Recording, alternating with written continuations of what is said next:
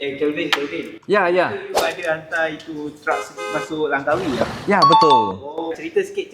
Okey, ini Langkawi project ni customer sudah ada di tangan saya. Dan dia ada brand di Langkawi juga. Lepas tu dia ada order bagi saya. Jadi saya buat 10 set lori sejuk masuk Langkawi. So kita belajar macam mana hantar masuk Langkawi. So kita dapat tahu kan, okey, ada dua jenis. Satu jenis panggil cargo. Kalau nak pakai cargo, yang mesti di Kuala Kedah. Nak pakai rolo di Kuala Perlis. Dan kita pakai Kuala Perlis punya rolo hari itu. Dan memang senang, dia tolong kita hantar masuk dalam parking. Lepas tu bila keluarkan, dia akan tolong kita bawa keluar juga. Jadi saya hantar sampai customer, saya akan training mereka macam mana pakai Thermo King RV-380, macam mana setting itu suhu. Lepas tu ajar mereka macam mana membetulkan pakai core truck.